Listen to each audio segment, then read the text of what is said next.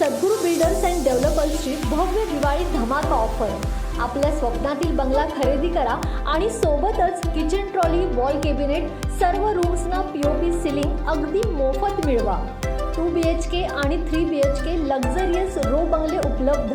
बुकिंगसाठी संपर्क Sadgurunagar, Phulewadi, Balinga main road, Phulewadi, Kolhapur 97 64 22 42 42 आणि 83 29 88 65 66।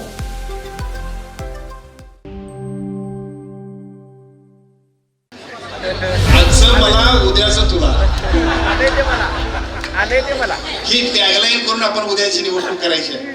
परंतु अलीकडच्या काळामध्ये ज्या पद्धतीनं लय भारी अशा पद्धतीची टिमकी वाजवून आपलंच कौतुक आपण म्हणजे आपल्या आरतीसमोर आपण उभा राहायचं आणि ज्या पद्धतीनं आपणच आपली आरती करायची अशा पद्धतीची भूमिका घेतली। 60 वर्षानंतर आमच्या चेअरमन साहेबांना साक्षात्कार झाला आणि आता आपण 7,500 कृषी करायला किती शेतकऱ्यांची तुम्ही अवहेलना करणार। खरं म्हणजे आजच्या सभेचा आणि आजच्या प्रचार शुभारंभाच्या निमित्तानं अत्यंत चांगल्या पद्धतीनं या ठिकाणी गणपतीचा आशीर्वाद घेऊन बिदरीचं परिवर्तन करण्यासाठी आपण सगळेजण निघालोय। आणि हे निघत असताना आज येवाय साहेबांची पहिली टॅगलाईन जी आहे ती आता निवडणूक संपेपर्यंत आपण सगळ्यांनी आप्पासाहेबची सांगायला पाहिजे। यापूर्वी त्यांचेच मेहुणे आदरणीय के.पी. पाटील साहेब सांगायचे लय भारी। आता असं सांगायला पाहिजे जे की सन्मान्य येवाय साहेबांनी सांगितलं ते तुझं ते काय ते आजचं मला उद्याचं तुला ही टॅगलाईन करून आपण उद्याची निवडणूक करायची आहे। कारण राजकारणामध्ये काम करत असताना व्यापक हेतू ठेवून सर्वांना बरोबर घेऊन सर्वांना विश्वासात घेऊन घेतलं तर अजून खूप चांगल्या पद्धतीचं काम करता येते। पण या सगळ्या गोष्टींची घुसमट सुद्धा या परिवर्तनातून दिसणार आहे। त्यामुळे या परिवर्तनासाठी अत्यंत चांगल्या पद्धतीची भूमिका घेणारे सर्वच्या सर्व नेते, सर्व पदाधिकारी, व्यासपीठावरचे सर्व प्रमुख या सगळ्यांच्या साक्षीने उद्याच्या बिदरी कारखान्याच्या परिवर्तनाची सुरुवात आजच्या या प्रचार शुभारंभाच्या निमित्तानं आपण सगळेजण करायला निघालोय। या परिवर्तनाच्या शुभारंभाच्या निमित्तानं मी आपल्या सर्वांना एवढंच सांगू इच्छितो की बिदरी कारखान्याच्या निवडणुकीमध्ये काम करत असताना ज्या पद्धतीचं पॅनेल आपण सर्वांनी आदरणीय चंद्रकांत दादा, आदरणीय संजय दादा, आदरणीय माडिक साहेब आणि आदरणीय राजे साहेबांच्या नेतृत्वाखाली आपण सगळ्यांनी बनवले। ते पॅनेल बनवत असताना एकापेक्षा एक अशी अतिशय चांगले, तगडे, ताकदीचे, शक्तीचे उमेदवार या ठिकाणी आपण सर्वांनी उभा केले। बिदरी कारखान्याच्या सभासदांच्या दृष्टीने या निवडणुकीचं एक वेगळं महत्व आहे। आपण सगळेजण अत्यंत चांगल्या पद्धतीने या सगळ्या गोष्टीशी आणि घटनांशी परिचित आहोत की या पूर्वीच्या काळामध्ये सहकार कारखानदारीमध्ये जे पहिल्या टप्प्यामध्ये कारखाने सुरू झाले त्या पहिल्या टप्प्यामध्ये सुरू झालेल्या कारखान्यामध्ये बिदरी कारखान्याचा समावेश आहे। खरं म्हणजे कधी आमचे संजय दादा गमतीनं बोलतात। परवा सुद्धा असंच एकदा गमतीनं दादा म्हटले की कारखान्याचे संस्थापक अलीकडे के.पी. पाटील झालेत की काय असं त्यांना वाटायला लागले आणि लोकांना सुद्धा वाटेल। कारण या कारखान्याची स्थापना करणारे एकापेक्षा एक दिग्गज माणसं की ज्या माणसांची आठवण ठेवून आम्ही सगळ्यांनी पुढच्या टप्प्यामध्ये गेलं पाहिजे त्या सगळ्यांचा मग के.टी. पाटील साहेब असतील, बी.जी. देसाई साहेब असतील, दिनकरावचे नलवडे साहेब असतील, कोराटे साहेब असतील, ही सगळी माणसं जी आहेत या सगळ्या माणसांचं आठवण ठेवून जर जायचं असेल तर त्या माणसांनी जे आमच्यासाठी उभा केले सहकाराच्या मंदिरातून अनेक लोकांचं कल्याण करण्यासाठी अत्यंत चांगल्या पद्धतीने उभा केलेल्या ह्या सगळ्या सहकाराच्या मंदिराच्या माध्यमातून अनेक लोकांचे संसार फुलवण्याचे, अनेकांना अर्थकारणामध्ये गती देण्याच्या दृष्टिकोनातून खूप मोठं मोलाचं काम या सगळ्यांच्या माध्यमातून झालेलं आहे। परंतु अलीकडच्या काळामध्ये ज्या पद्धतीनं लय भारी अशा पद्धतीची टिमकी वाजवून आपलंच कौतुक आपण म्हणजे आपल्या आरतीसमोर आपण उभा राहायचं आणि ज्या पद्धतीनं आपणच आपली आरती करायची अशा पद्धतीची भूमिका घेतली आणि मग या सगळ्या भूमिकेनंतर या कारखान्याच्या निवडणुकीमध्ये आदरणीय जाधव गुरुजींच्या नेतृत्वाखाली वस्तुस्थिती म्हणजे ज्याला आपण असं म्हणू की फॅक्ट रिपोर्ट जो आहे तो आम्ही सगळेजण मांडायला लागलो। पहिल्या टप्प्यामध्ये लोकांना असं वाटायला लागलं की हे खरं आहे की खोटं आहे, मुद्दाम विरोधक राजकीय दृष्ट्या विरोध करतात की काय। पण ज्या वेळेला या सगळ्या ऑडिट रिपोर्टचा संदर्भ घेऊन आम्ही सगळेजण बोलायला लागलो त्यावेळेला मात्र टेस्ट ऑडिटला सुद्धा घाबरणारे लय भारी आम्ही सगळ्यांनी बघितले आणि मग खऱ्या अर्थाने या बिदरी कारखान्याच्या कामकाजामध्ये सभासदांच्या हिताचं नाही तर फक्त आणि फक्त स्वहिताचं काम करणाऱ्या लोकांना या बिदरी कारखान्याच्या निवडणुकीतून हद्दपार करण्यासाठी आपण सगळ्यांनी आज या परिवर्तन पॅनेलच्या प्रचार शुभारंभाच्या निमित्तानं एक चांगल्या पद्धतीचा निश्चय आणि निर्धार करून कामाला लागू अशा पद्धतीची भूमिका घेतो। खरं म्हणजे महाराष्ट्राच्या विधानसभेमध्ये मी काम करतोय एकापेक्षा एक अशा पद्धतीचे वेगवेगळे चांगले निर्णय आणि त्या सगळ्या चांगल्या निर्णयांचा उपयोग आपल्या मतदारसंघातल्या आपल्या जिल्ह्यातल्या शेतकऱ्यांना, तरुणांना सगळ्यांना करावा अशा पद्धतीची भूमिका घेऊन सातत्यानं तळमळ, धावपळ, धडपड आम्ही सगळी मंडळी करत असतो। आता हे सगळे करत असताना एका बाजूला राजेसाहेब भूविकास बँकेची कर्जमाफी आपण सगळ्यांनी केली. अत्यंत चांगल्या पद्धतीच्या कर्जमाफीच्या माध्यमातून आपल्या जिल्ह्यातल्या अनेक लोकांना त्याचा फायदा झाला. भूविकास बँकेच्या कर्जमाफी बरोबर 50,000च्या कर्जमाफीसाठी अत्यंत चांगल्या पद्धतीची भूमिका विधानसभेमध्ये घेऊन ज्या पद्धतीची भूमिका घेतली त्यामुळे 1,26,000 शेतकऱ्यांना त्याचा फायदा झाला.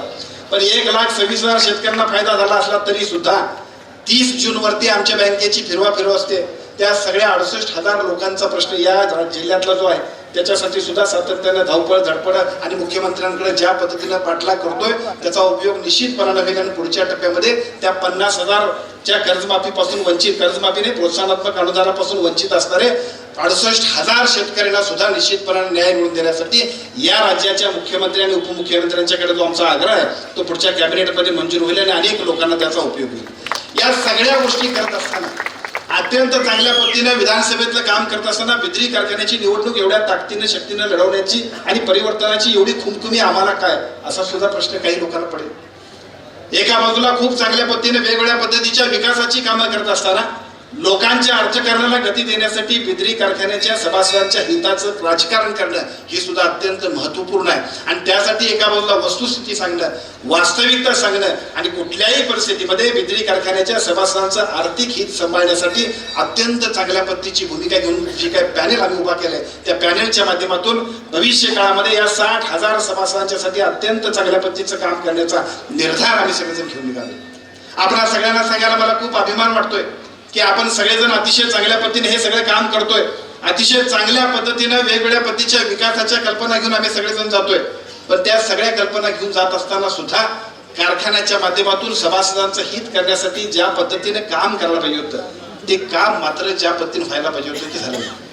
खरं म्हणजे माझे वडील इथं बसलेत, पाठीमागच्या बाजूला अभिजित तायशेटेंच्या तिथं पलीकडच्या बाजूला बसलेत. राजेसाहेब बिद्री कारखान्याच्या कामगाराचा मी मुलगा आहे. या कारखान्यामध्ये अनेक जे काही कामगार झाले त्या कामगारांनी जे अनेक पद्धतीनं ज्याने आपले कुटुंब चालवले त्यातल्याच कुटुंबातला एक मी सुद्धा मुलगा आहे. त्यामुळे बिद्री कारखान्याच्या कुठल्याही प्रकल्पाला चुकीच्या पद्धतीनं कारखाना अडचणीत आलेला असं पाप माझ्या हातून कदापि होणार नाही. इथेनॉलला विरोध अशा पद्धतीची वर्गना करताय.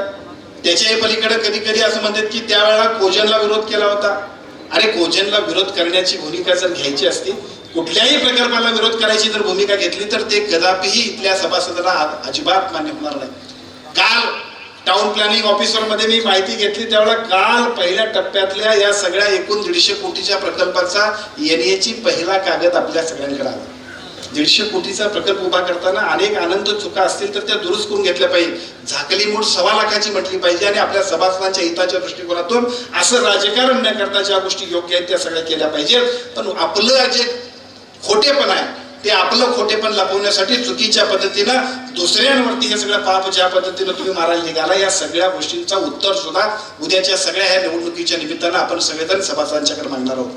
खरं म्हणजे आपल्या सगळ्यांना मला सांगायला निश्चितपणानं ही सगळी भूमिका सांगणं अत्यंत आवश्यक आहे की 60 वर्ष झाली आपल्या कारखान्याला. 60 वर्ष कारखान्याला झाल्यानंतर सुद्धा काल 4-4.5 हजारावर आम्ही आता 7,000 7,500 हजारावर गेलो. आमच्या परिसरामध्ये पूर्वीच्या कारखान्याच्या जर बघितले तर भोगावती, बिद्री हे कारखाने सोडले तर दुसरे कारखानेच नव्हते. पूर्वीच्या ह्या सगळ्या कारखान्यांच्या नंतर एका बाजूला राजेसाहेबांचा कारखाना झाला, दुसऱ्या बाजूला संजय आदरणीय स्वर्गीय खासदार मंडलिक साहेबांचा कारखाना झाला. हे सगळे कारखाने होता पलीकडच्या बाजूला असणारा फराळे कारखाना, इकडच्या बाजूला असणारा तांबाळे कारखाना, अनेक कारखाने झाले. आता अलीकडच्या काळामध्ये मुश्रीफ साहेबांचा सुद्धा 8,000 क्रशिंगचा कारखाना झाला. हे सगळे कारखाने झाल्यानंतर 60 वर्षानंतर आमच्या चेअरमन साहेबांना साक्षात्कार झाला आणि 10-15 लाख 20 लाख इतकं क्रशिंग कपॅसिटी असताना किंवा इथला सगळा ऊस जिल्ह्यातले सगळेच्या सगळे कारखाने येत होते त्यावेळेला बेडकी आळला सुद्धा आम्हाला साहेब तुमच्याकडे आमच्यातला ऊस जायचा. ह्या सगळ्या असताना सुद्धा 60 वर्षानंतर साक्षात्कार झाला आणि आता आपण 7,500 क्रशिंग करायला मिळालं. किती शेतकऱ्यांची तुम्ही अवहेलना करणार. मी आपल्या सर्वांच्या समोर जाहीर आवाहन करतो की फक्त मुधाळ मधला जर 50% ऊस त्यांनी नेला असला तर त्यांना लई भारी म्हणायचा अधिकार. अहो आमचा ऊस कुठे निघालाय. कोण बेडकेकडे जातोय, कोण DY पाटीलकडे जातोय, कोण मुश्रीफ साहेबांच्याकडे जातोय, कोण फराळ्याला जातोय, कोण राजे साहेबांकडे जातोय, कोण मंडलिक साहेबांच्याकडे जातोय. कारखान्याचा नेमका फायदा जर सभासदालाच नसला तर ह्या सगळ्या कामकाजाचा उपयोग काय याचं उत्तर दिलं तर मी तुम्हाला सांगतो. काल सुद्धा एक मीटिंग आम्ही घेतली होती. या मीटिंग मध्ये नांदोली गाव आमच्याकडे पूर्वीच्या काळात आम्ही सगळे त्या सोन्याची नांदोली म्हणायचो कारण ऊस तिथे इतका पिकायचा 15,000 20,000 टन ऊस जायचा. त्या 15,000पैकी 5,000 नव्हे 500 टन सुद्धा जातोय काय हा प्रश्न आहे. वेंगुर्ल्यामध्ये गेलो तर तिथली अवस्था तीच आहे. पाठीमागे बसलेल्या शेखर सावंतांच्या तिकडे बाणेगाव सेंटरवरची सुद्धा अवस्था तीच आहे. संजय पाटलांच्या बातमी सेंटरवरची अवस्था तीच आहे. आणि आमचा ऊसच तुम्ही देत नाही तर तुम्ही लय म्हणायची आवश्यकताच काय.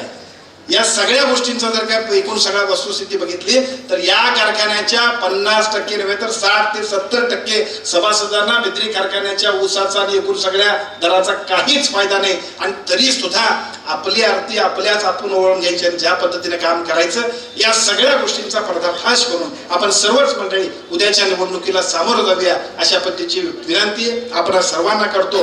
वेगवेगळ्या पद्धतीच्या नवीन नवीन प्रकल्पांच्या माध्यमातून अत्यंत चांगल्या पद्धतीनं इथं आता आदरणीय राजेसाहेब बसलेत. कारखानदारीमध्ये एक अत्यंत चांगल्या पद्धतीचं आदर्श काम करणारे जे कारखाने आहेत त्या सगळ्या कारखान्यांच्या मध्ये निश्चितपणे राजेसाहेब आपल्या कारखान्याचा उल्लेख होतोय.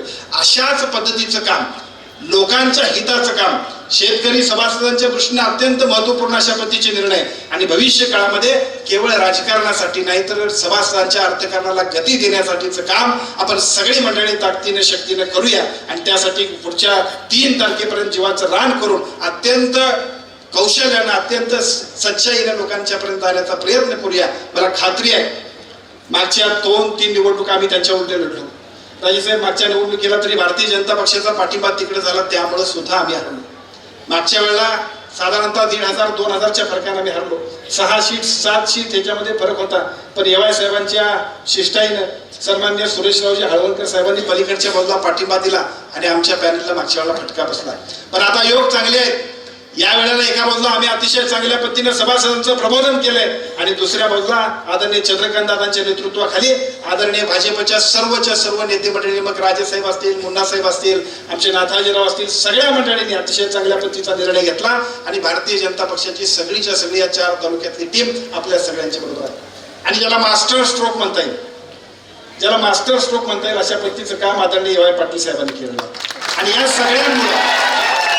या सगळ्यांमुळे या बिजली कारखान्याचं परिवर्तन अत्यंत चांगल्या पद्धतीने करायचं. राजकारणासाठी नाही तर सभासदांच्या अर्थकारणासाठी ही निवडणूक यशस्वी करूया अशा पद्धतीची विनंती करतो आणि मी माझं मनोगत थांबवतो.